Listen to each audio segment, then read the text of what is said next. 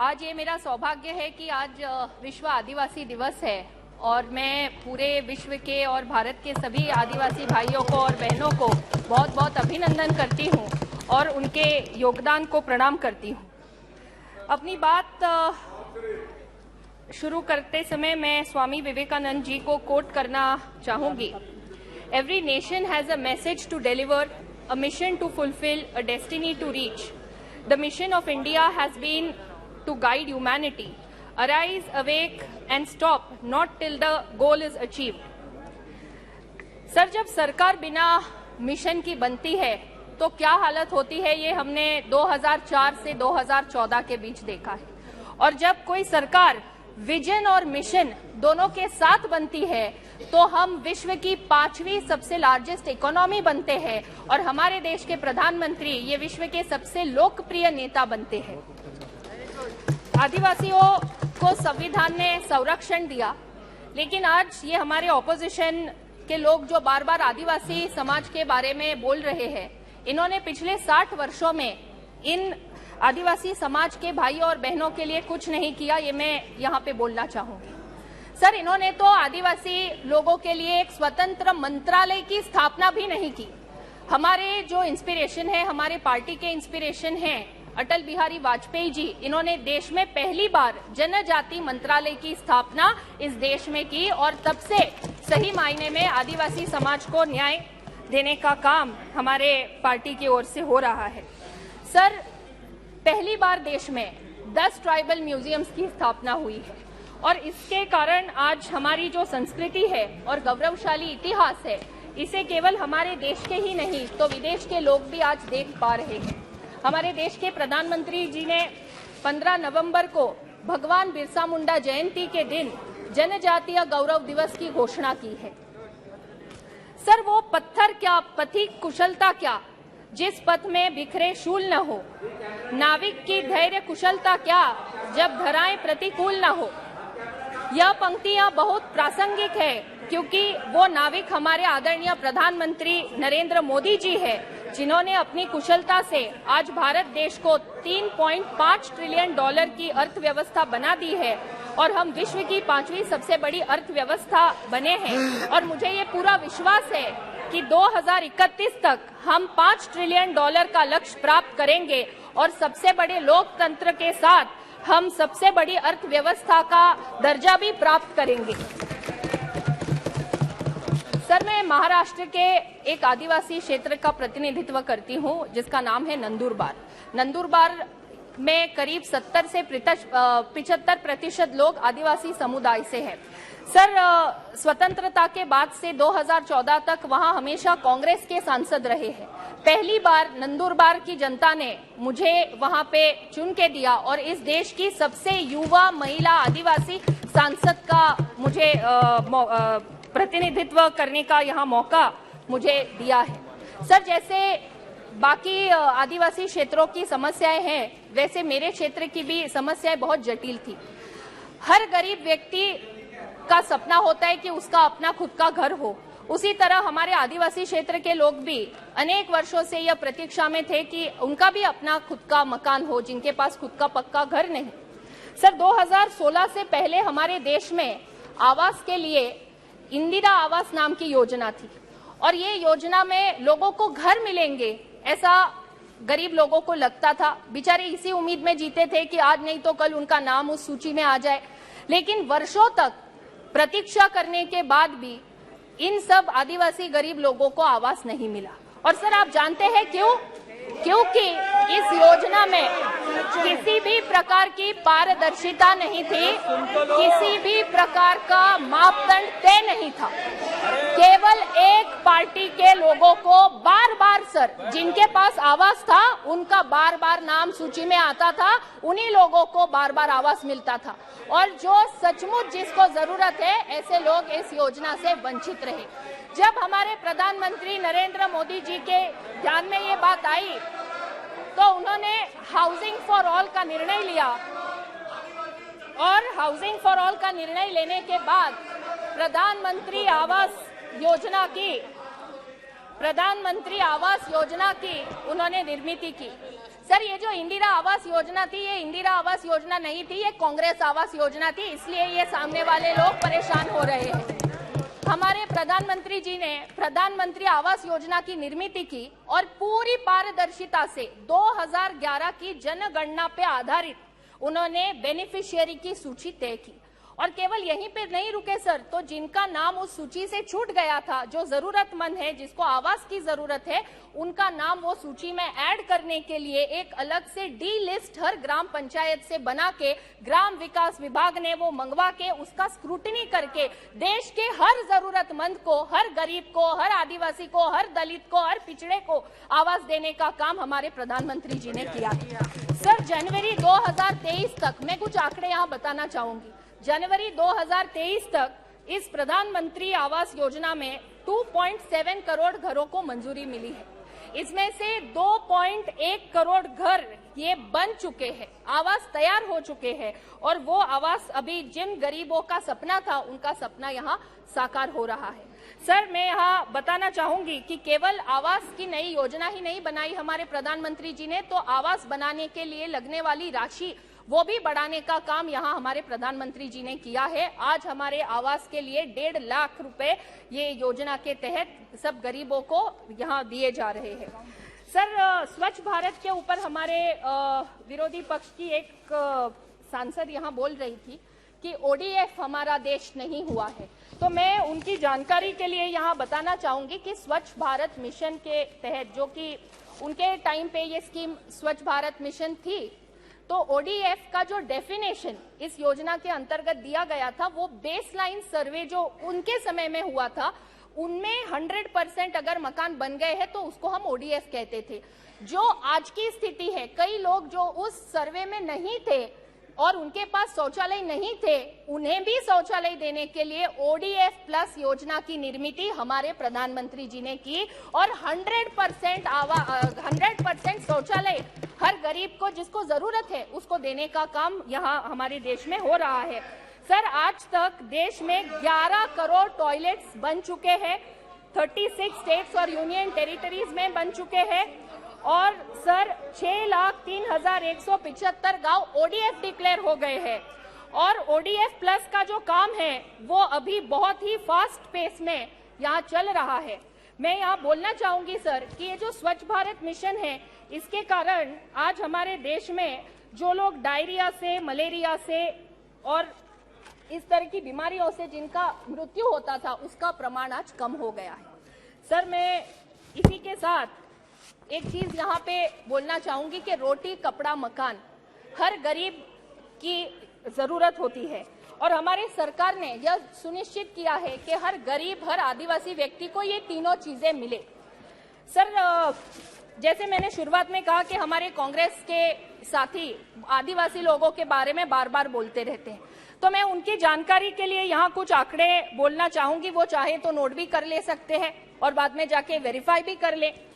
Sir, आदिवासी क्षेत्र के विकास के लिए जब इनकी सरकार थी 2013-14 में, तब टोटल बजट जो इन्होंने दिया था आदिवासी विकास के लिए वो था ₹4,295 करोड़, और हमारी सरकार 2023-24 में जो बजट आदिवासी समाज के विकास के लिए, डेवलपमेंट के लिए दे रही है, वो है ₹12,462 करोड़, जो 3 गुना ज्यादा आदिवासी समाज के विकास के लिए आज हमारी सरकार ने यहाँ पे बजट दिया हुआ। सर, इतना ही नहीं, शेड्यूल्ड ट्राइब कंपोनेंट में भी फंड्स दिए जाते हैं। अभी ये तो हो गया आदिवासी समाज के विकास के लिए, लेकिन आदिवासी समाज के लोगों को अलग अलग योजनाओं में से जो ट्राइबल डिपार्टमेंट फंड देता है, सर उसकी राशि में यहाँ बोलना चाहूंगी 2013-14 में ₹24,598 करोड़ इनकी सरकार थी तब दिया। हमारी सरकार आने के बाद इस राशि में 5 गुना बढ़ोतरी हुई, 5-fold। 2023-24 में ₹1,19,509 करोड़ इतना इसके अंतर्गत दिया गया है। सर, भारत रत्न डॉक्टर बाबा साहब आम्बेडकर ने आदिवासी समुदाय के लोगों को समान हक मिले, समान अधिकार मिले, इसलिए उन्होंने संविधान में आरक्षण का प्रावधान एससी और एसटी समाज के लिए किया है। आज सर, मैं यहाँ पे बोलना चाहूंगी कि पिछले 9 वर्षों में हमारी सरकार ने आदिवासी समाज के सर्वांगीण विकास के लिए, सर्वसमावेशी विकास के लिए education, health care and livelihood opportunities पे विशेष रूप से ध्यान दिया है। हमारे प्रधानमंत्री जी डॉक्टर बाबा साहेब आम्बेडकर जी के विचारों को आगे ले जाते हुए आदिवासी समाज के बच्चों को क्वालिटी एजुकेशन मिले, इसलिए एकलव्य मॉडल रेजिडेंशियल स्कूल्स की निर्मित ये के हर ट्राइबल ब्लॉक में, हर ट्राइबल क्षेत्र में करने का काम अभी हमारी सरकार कर रही है। सर, ये जो एकलव्य मॉडल रेजिडेंशियल स्कूल्स है, इसमें इनकी सरकार थी उस समय केवल 119 EMRS शालाएं बनी थी, एकलव्य मॉडल रेजिडेंशियल स्कूल्स। जब हमारी सरकार आई, हमारी सरकार ने 2023 तक 401 एकलव्य मॉडल रेजिडेंशियल स्कूल बनाए हैं, 4 times more than what they have done। और सर, जो स्टूडेंट्स ये एकलव्य मॉडल रेजिडेंशियल स्कूल्स में पढ़ रहे हैं उसकी संख्या भी मैं यहाँ बोलना चाहूंगी। 2013-14 में only 34,000 students used to study, and today sir in 2023-24 1.13 lakh students are studying in this eklavya model residential schools। sir, eklavya model residential school जैसे कि उसका नाम है, हमारे प्रधानमंत्री जी ने सही मायने में ये मॉडल स्कूल्स बनाने का काम यहाँ पे किया हुआ है। सर, मेरे क्षेत्र में, क्योंकि एक जनजातीय क्षेत्र है, तो हर ब्लॉक में ये एकलव्य मॉडल रेजिडेंशियल स्कूल्स कई बने हैं, कई बन रहे हैं। तो मैं यहाँ बताना चाहूंगी कि आज इन एकलव्य मॉडल रेजिडेंशियल स्कूल से जो बच्चे पास हो रहे हैं वो आज देश के एपेक्स इंस्टीट्यूट्स में एडमिशन ले रहे हैं, एम्स हो, IITs हो, IIMs हो। और इतना ही नहीं, तो आज देश में होने वाली जितनी कॉम्पिटिटिव एग्जाम्स है, सिविल सर्विसेज की एग्जाम्स है, इसमें भी ये बच्चे एक्सेल कर रहे हैं। मैं मेरे पूरे आदिवासी समाज की ओर से मैं यहाँ प्रधानमंत्री जी को आभार व्यक्त करना चाहूंगी कि हमारे आदिवासी समाज के बच्चों को सही मायने में क्वालिटी एजुकेशन देने का काम हमारे प्रधानमंत्री जी ने यहाँ किया है। और आज हमारे लाखों बच्चे केवल हमारे देश में ही नहीं तो देश के बाहर, विदेश में भी जाके आज शिक्षा ले रहे हैं। सर, मैंने अभी शिक्षा की बात की, अभी मैं बात करना चाहूंगी स्वास्थ्य की। मैं अभी हमारे सदन के सभी साथियों को एक बीमारी के बारे में बोलना चाहूंगी जो ट्राइबल एरियाज में ज्यादातर देखने को मिलती है, जिसका नाम है सिकल सेल एनीमिया।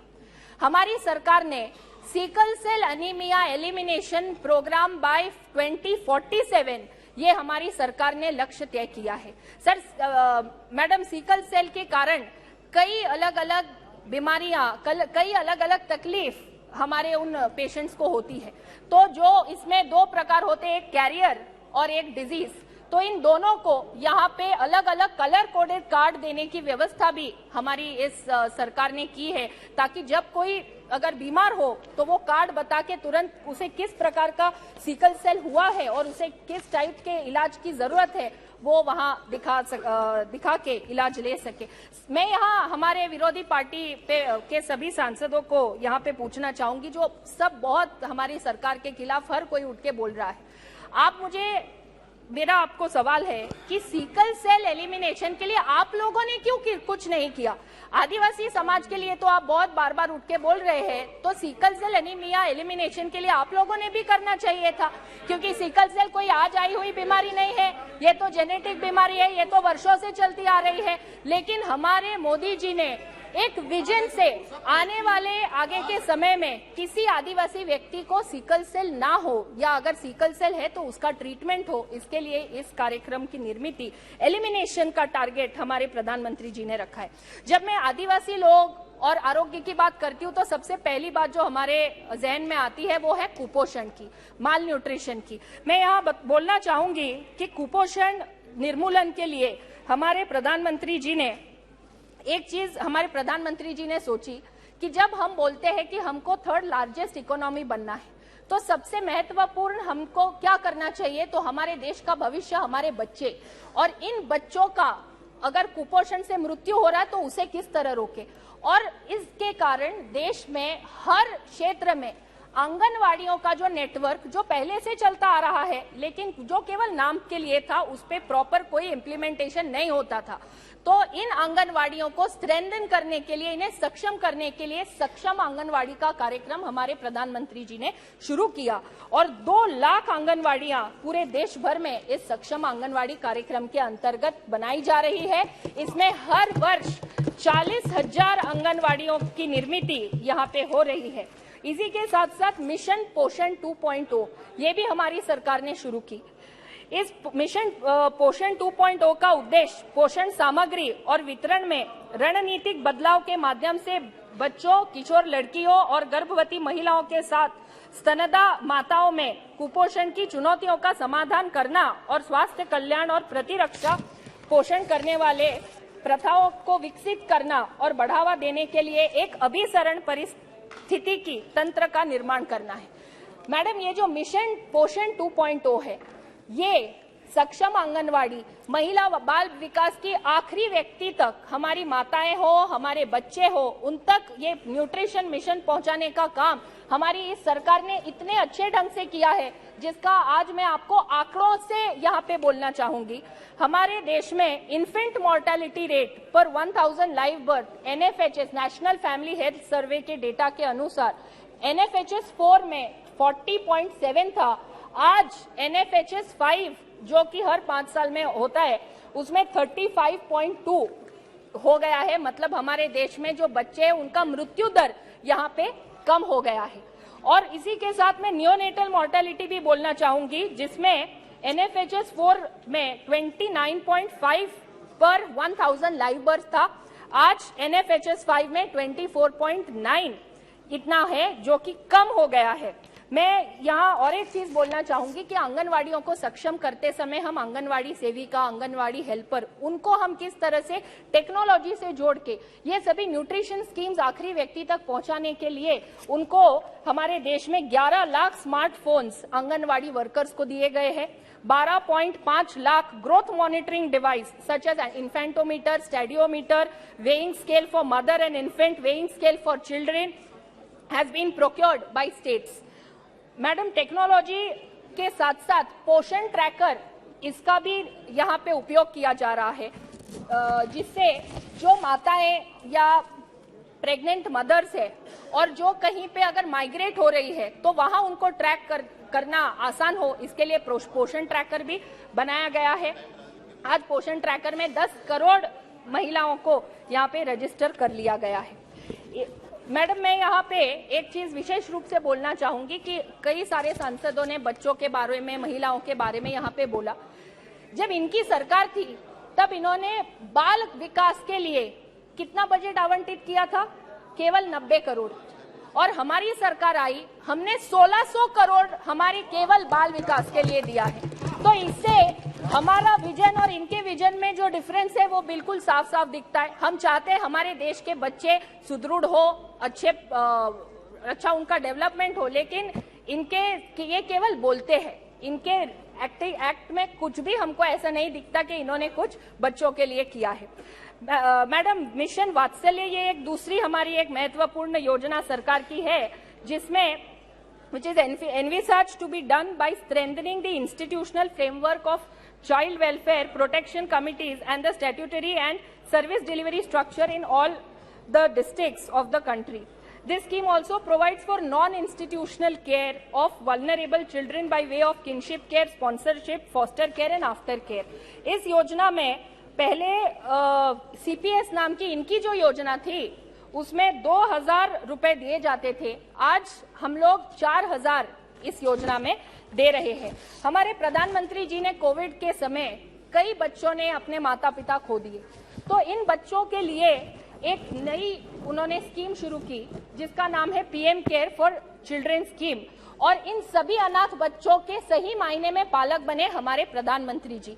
आज हमारे देश में जो बच्चे अनाथ हुए हैं और जिनका रजिस्ट्रेशन इस स्कीम में हुआ है, उन्हें 10 लाख रुपए, उनकी जब आयु 23 साल होगी तब उन्हें कर लो। Madam 5 minute, madam this is important. 1 minute madam, हमारे प्रधानमंत्री जी हमेशा ये कहते हैं कि मेरी सरकार गरीब, किसान, आदिवासी, दलित, पीड़ित, शोषित, वंचित के लिए समर्पित है और उनकी नीतियों में हमें ये साफ साफ दिखाई देता है। आज हमारे देश में 65% से ज्यादा लोग रूरल इंडिया में रहते हैं, 47 से ज्यादा लोग पूरा एग्रीकल्चर पे निर्भर है।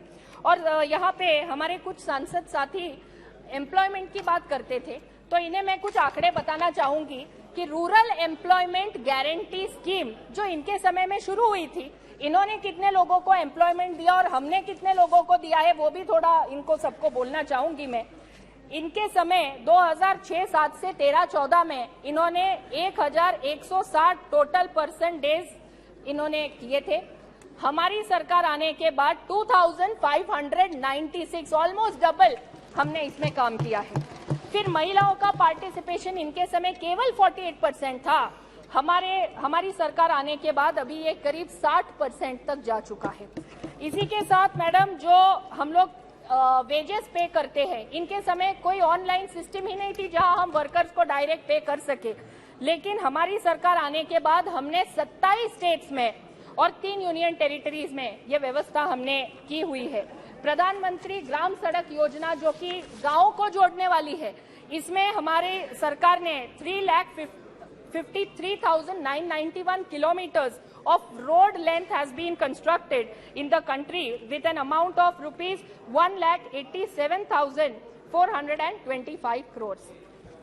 मैडम मैं हो गया इसके साथ यहाँ पे यही कहना चाहूंगी कि आज कांग्रेस और उनके बाकी साथियों ने नो कॉन्फिडेंस मोशन इस सरकार पे लाया है, लेकिन एक आदिवासी विभाग की प्रतिनिधि होने के नाते मैं यहाँ कहना चाहूंगी कि इन्हें भले कॉन्फिडेंस ना हो सरकार पे, लेकिन हमारे आदिवासी समाज को मोदी जी और उनकी सरकार पे पूरा कॉन्फिडेंस है। और मैं इस अविश्वास प्रस्ताव का विरोध करती हूँ और अपनी बात कुछ पंक्तियां कह के समाप्त करूंगी। मंजिल उन्हीं को मिलती है जिनके सपनों में जान होती है, पंखों से कुछ नहीं होता, हौसलों से उड़ान होती है। Thank you very much.